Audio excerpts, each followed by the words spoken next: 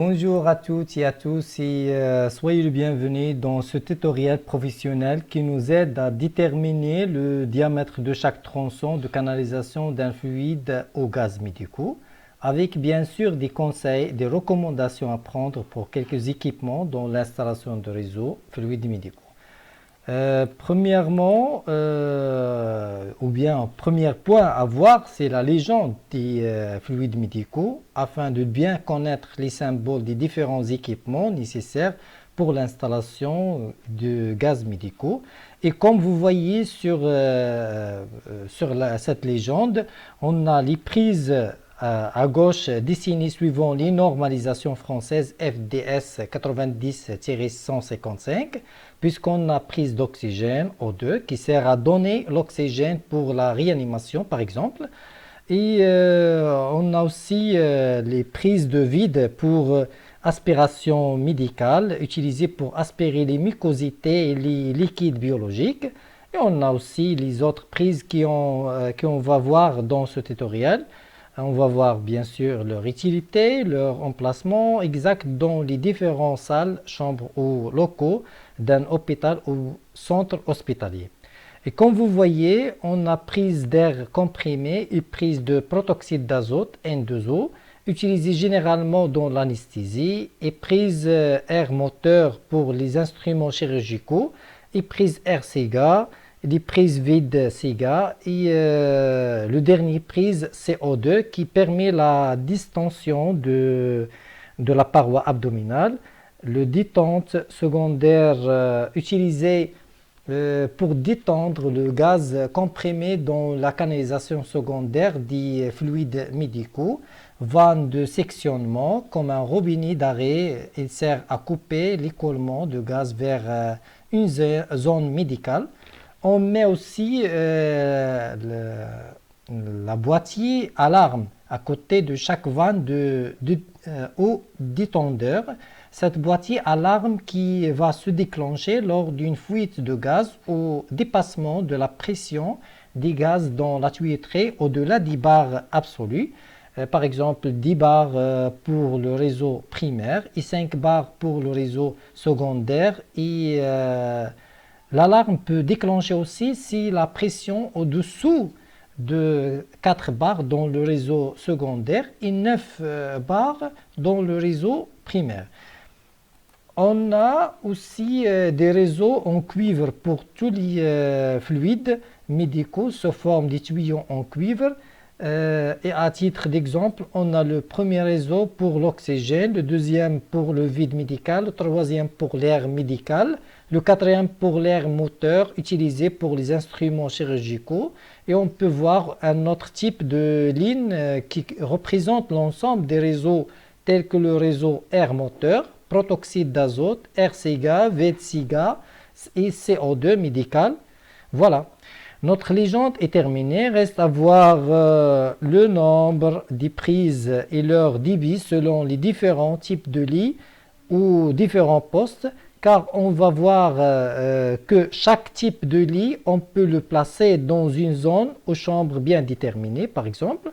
On peut voir le type A pour les lits de médecine, et le type B pour la zone de maternité, mère et enfant, l'essentiel. On va voir ça en détail dans la page qui suit notre page récente.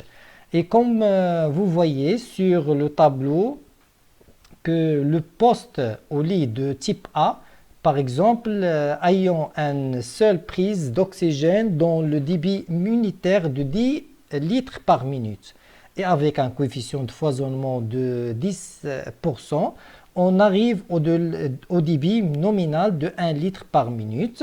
On prend ce débit pour prise d'oxygène seulement lorsqu'on parle au lit type A, car si on a un lit de type B, on a aussi une seule prise d'oxygène, mais cette fois-ci avec une autre débit nominal de 2 litres par minute, car le coefficient de foisonnement utilisé devient 20% au lieu de 10%. Ce coefficient de foisonnement reflète le pourcentage d'utilisation de ce prise, bien sûr. On utilise le même principe pour déterminer le débit nominal de chaque prise médicaux, puisque chacun, il y a un débit unitaire et un coefficient de foisonnement selon le type de lit ou selon le poste, l'essentiel.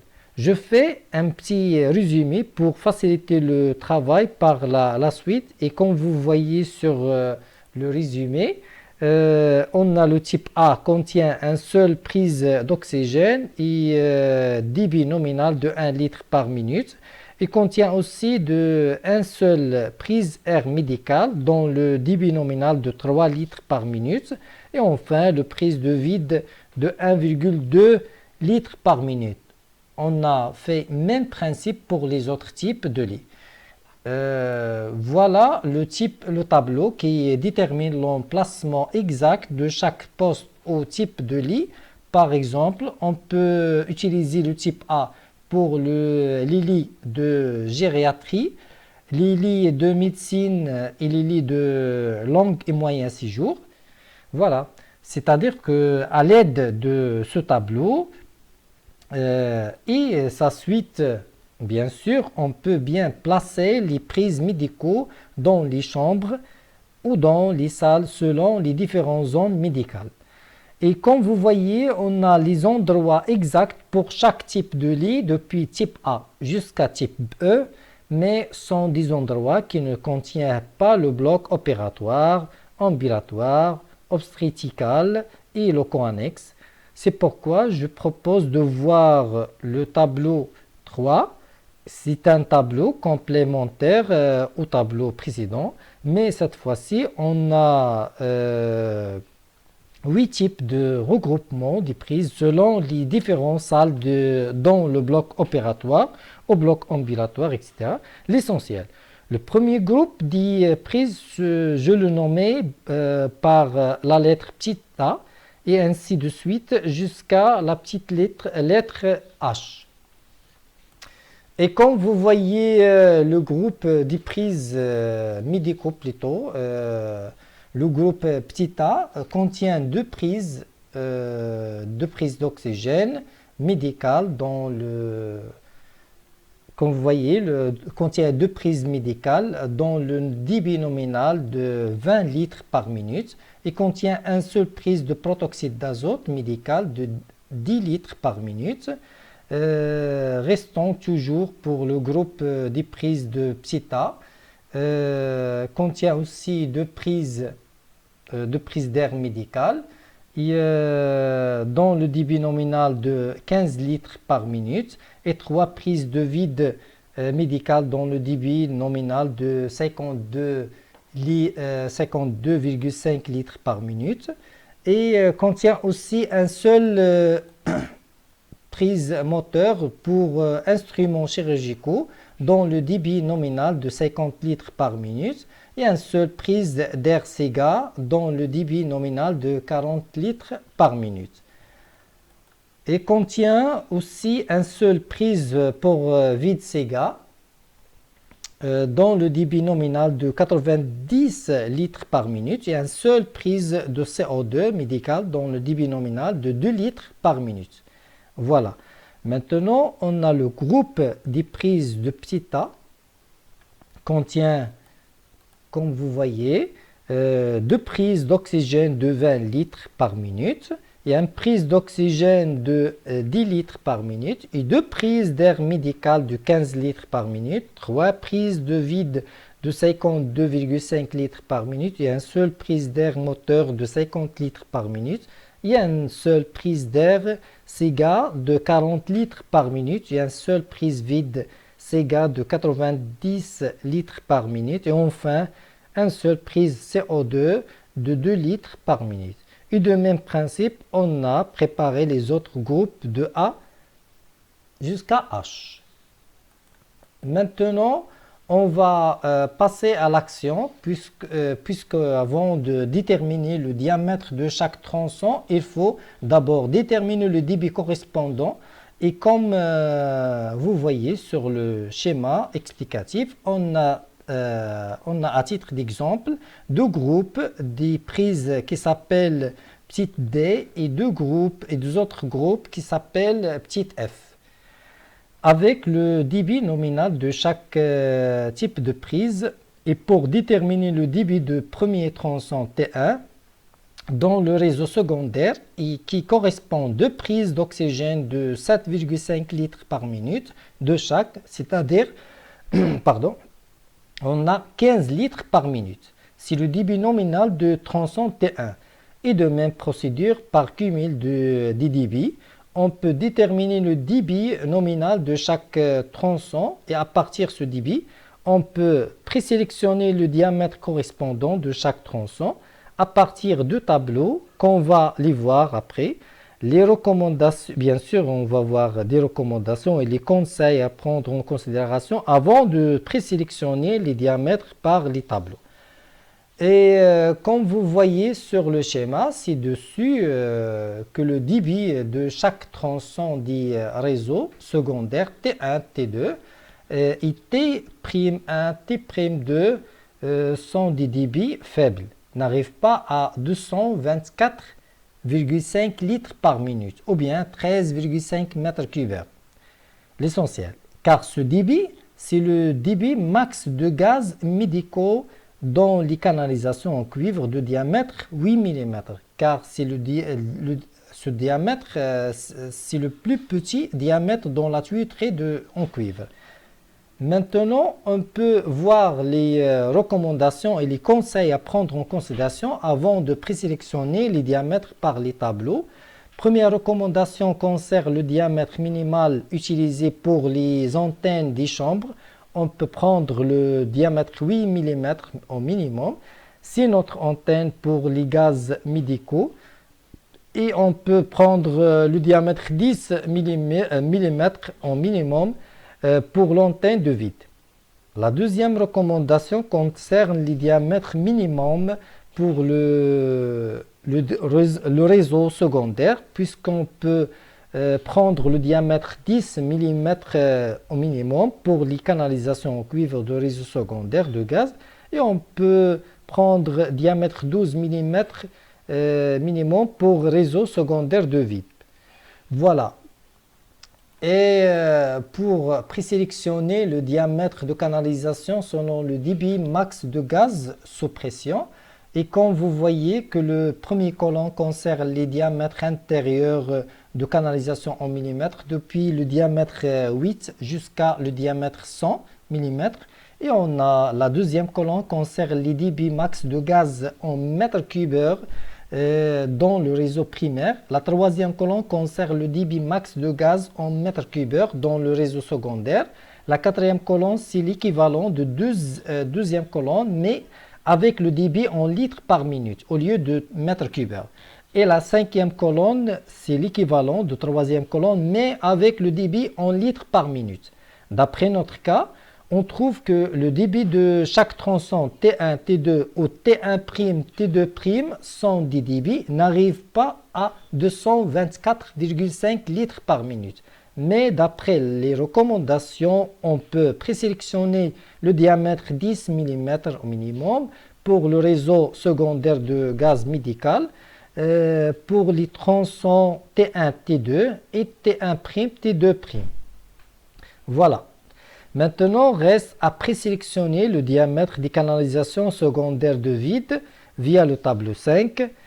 Voilà le tableau 5. Sachant que le débit de chaque tronçon T1 seconde, T2 seconde n'arrive pas à 59 litres par minute, mais on ne peut pas utiliser le diamètre 10 mm car il est conseillé seulement pour les antennes de vide vers les chambres et non pas le réseau secondaire de vide dans les couloirs, par exemple. Donc, on choisit directement et d'après les recommandations le diamètre 12 mm pour notre réseau secondaire de vide, surtout les tronçons T1 seconde et T2 seconde. On a maintenant les diamètres des tronçons T1, T2, T1' et T2' de gaz sont déterminés d'après le tableau et on a aussi les diamètres des tronçons T1 seconde et T2 seconde de vide sont présélectionnés d'après le tableau 5 et non pas déterminer définitivement. Reste à vérifier la perte de charge max admissible pour le réseau secondaire de vide à ne pas dépasser 100 millibars et pour le réseau primaire de vide ne dépasse pas la perte de charge max admissible de 250 millibars. Puisqu'on peut changer le diamètre de canalisation vide, si la perte de charge reçue d'après les graphiques dépasse la perte de charge max admissible, comme présenté sur le schéma, puisqu'on a 100 millibars à ne pas dépasser, soit entre le plus long prise de vide qui s'appelle A et la vanne de zone médicale qui s'appelle C. On utilise le même principe entre le dernier prise de vide qui s'appelle F et la vanne de zone médicale. Par contre, on ne peut pas aller jusqu'à, ou bien on peut aller jusqu'à 250 millibars comme perte de charge entre le prise le plus loin et la vanne de sectionnement de conduite principale qui est liée directement avec la production de vide. Et pour bien appliquer ça, je propose de voir les étapes à suivre pour déterminer le diamètre pour les canalisations de vide médical. Et comme vous voyez sur le schéma, on a le point A représente deux prises de vide dont le débit nominal égale à 9,6 litres par minute. C'est l'équivalent de 0,576 m3. Et pour convertir ça, on multiplie le litre par minute fois 0,06 afin de trouver le débit en mètres cubes. Voilà. Je pose une petite question. Pourquoi on prend le débit 9,6 litres par minute pour le point A? Tout simplement, on applique le tableau 2 dans le type de lit C qui correspond au service chirurgie. Puis, on passe à l'étape 2 puisque d'après le débit qui passe entre A et B de 9,6 litres par minute et de la distance 8 mètres et d'après le tableau 5, on peut présélectionner le diamètre 10 mm. Voilà. Dans la troisième étape, on détermine la perte de charge de tronçon AB d'après le graphique 1 qui sert, bien sûr, ce graphique qui sert à déterminer la perte de charge en millibars par mètre pour les diamètres nominal 10, diamètre nominal 12, diamètre nominal 14 et 16 mm. On a le débit 0,576 m3 dans le tronçon AB, correspond d'après le graphique 1 la perte de charge linéaire de 0,3 millibars par mètre. Maintenant, revenons à l'étape 3. On a la perte de charge par mètre égale à 0,3 millibars par mètre. On va la multiplier par la distance 8 mètres de tronçon AB. On trouve 2,4 millibars comme perte de charge pour déterminer le diamètre de réseau secondaire entre B et C. Et sachant qu'on a dans ce service de la chirurgie 20 lits, et chaque lit contient une tête de lit de type C dont le débit nominal de 0,576 m3 de vide, bien sûr. C'est-à-dire que le débit total correspond au tronçon entre B et C égal à 20 multiplié par 0,576 égale à 11,52 m3. Et d'après le tableau 5, on présélectionnait le diamètre nominal 20 pour le réseau secondaire entre B et C.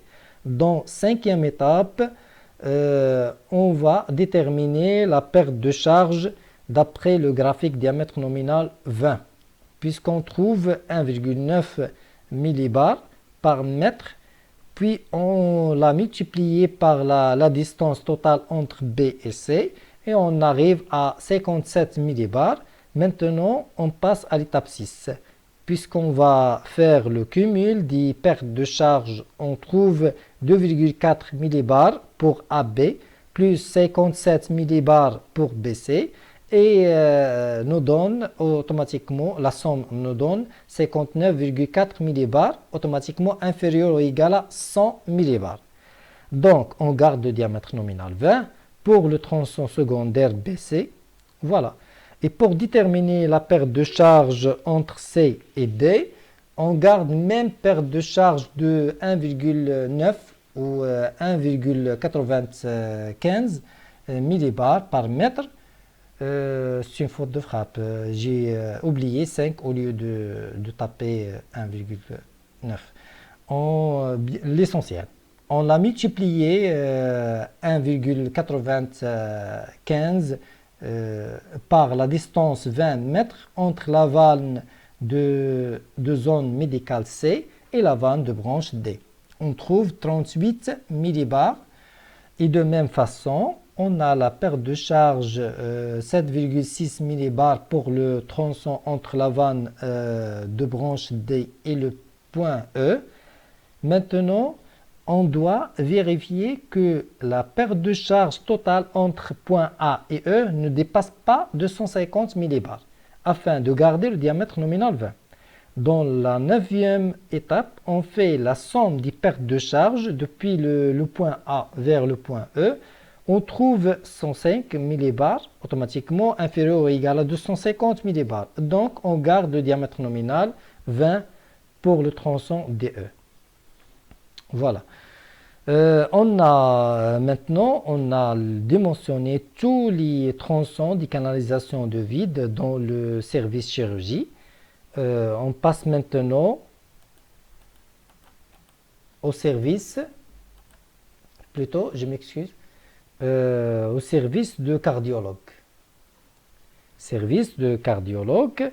D'après le tableau 2, on utilise des têtes de lit dans les chambres de cardiologue qui contient une seule prise de vide dont le débit nominal de 3,6 litres par minute, l'équivalent de 0,216 m3. Et d'après le tableau 5, il y a recommandations citées en avant.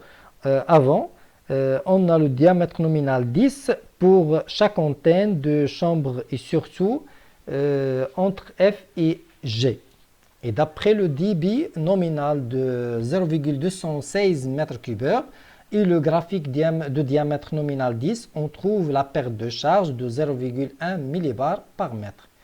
Puis on l'a multiplié par la longueur 7 mètres de l'antenne FG, on trouve 0,7 millibars comme perte de charge de tronçon FG. Et sachant qu'on a 22 lits type B dans le service de cardiologue, d'après notre cas, donc le débit total nominal égal à 22 multiplié par 0,216 nous donne 4,752 m3. Et à partir du tableau 5, et le débit de 4,752 m3, on peut présélectionner le diamètre nominal 12 pour le réseau secondaire entre G et H. Dans la 5e étape, on détermine la perte de charge de 4,6 millibars par mètre depuis le graphique diamètre nominal 12. Et comme vous voyez que le débit 4,75 m3 correspond à la perte de charge linéaire de 4,6 millibars par mètre.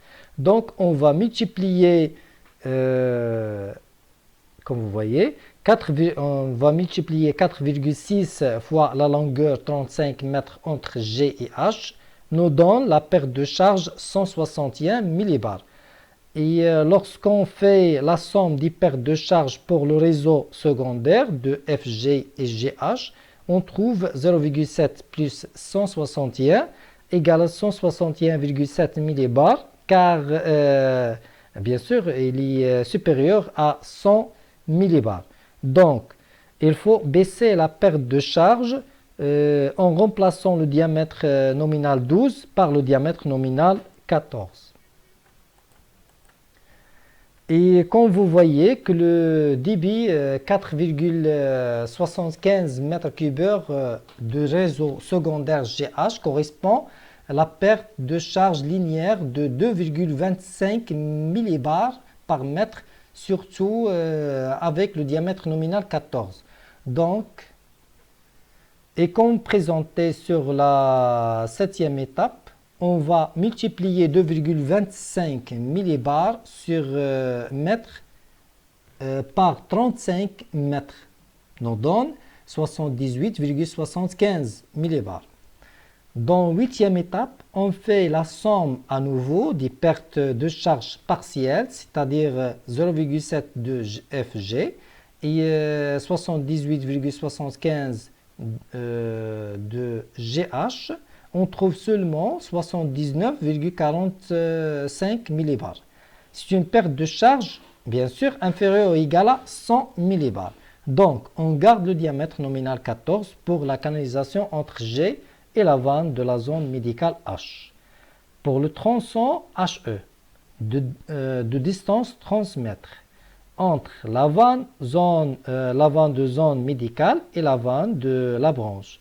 On garde même diamètre nominal 14 et d'après le graphique du diamètre nominal 14, on trouve la perte de charge linéaire de 2,25 millibars par mètre. On va la multiplier par la distance 30 mètres entre H et E. On trouve 67,5 millibars comme perte de charge. Et lorsqu'on fait la somme des pertes de charge depuis le point F vers le point E, on trouve 146,95 millibars. Il est toujours inférieur ou égal à 250 millibars. Donc, on garde le diamètre nominal 14 pour le tronçon HE. Pour le 11e étape, on fait la somme totale des débits égale 14,4 m3 pour le service chirurgie et 4,752 m3 pour le service cardiologue. Nous donne 19,152 m3. Et d'après le tableau 5, on présélectionné le diamètre nominal 26 mm. Et d'après le graphique de la perte de charge, diamètre nominal 26, on trouve 1,42 millibars par mètre qui correspond à notre débit total de 19,152 m3. Donc la perte de charge de tronçon EI dans la longueur 40 mètres nous donne 1,42 multiplié par 40 égale 56,8 millibars. Reste à vérifier est-ce que la somme des pertes de charge totales depuis le point le plus ou bien le point le plus loin de prise de vide de la zone chirurgie et la vanne I inférieure à 250 millibars ou non. On fait même chose entre le prise le plus loin de la zone de cardiologue et le point I. Donc, pour le premier total des pertes de charge entre A et I, c'est-à-dire perte de charge AE, la somme c'est la perte de charge AE plus perte de charge EI, nous donne 105 plus 56,8 égale 161,8 millibars. Bien sûr, inférieur ou égal à 250 millibars. C'est pas problème, c'est très bien. Reste à vérifier le deuxième total de perte de charge entre F et I, c'est-à-dire c'est la somme entre perte de charge FE et la perte de charge EI. Nous donne 146,95 plus 56,8 égale 203,75 millibars. Il est toujours inférieur à 250 millibars. Très bien. Donc, on garde le diamètre nominal 26 pour le dernier tronçon entre le point E et le point I. Reste à déterminer le débit de la centrale de vide et le volume de secours vide. Pour le débit de la centrale de vide, égale le débit total des prises de vide multiplié par 1,69, c'est-à-dire on ajoute à peu près 70% en plus de débit total des prises de vide pour arriver au débit de la centrale vide.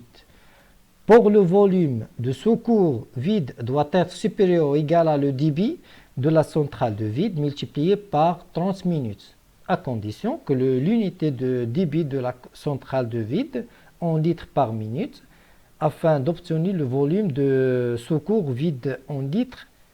Voilà. Je laisse à votre disposition des graphiques pour déterminer la perte de charge. Bien sûr, les voilà. J'ai laissé le graphique 2 pour le diamètre nominal 18 et diamètre nominal 20, diamètre nominal 26. Troisième graphique concerne le diamètre nominal 30, 40, 50. Le quatrième graphique concerne les diamètres nominal ou bien les tuyauteries en cuivre pour les gaz fluides médicaux. Le diamètre nominal 60, 80, 90. Le dernier diamètre concerne 99,4 et 120. Merci beaucoup pour votre attention et je m'excuse pour la longueur de ce tutoriel car je vise de donner une vidéo complète, professionnelle, homogène de A à Z pour le dimensionnement des tuyauteries de gaz ou bien des tuyauteries de fluides médicaux. Merci encore une fois et n'hésitez pas de faire liker et abonner à notre chaîne ISBTP Channel et même partager ce tutoriel avec vos amis. Au revoir et à la prochaine vidéo. Merci.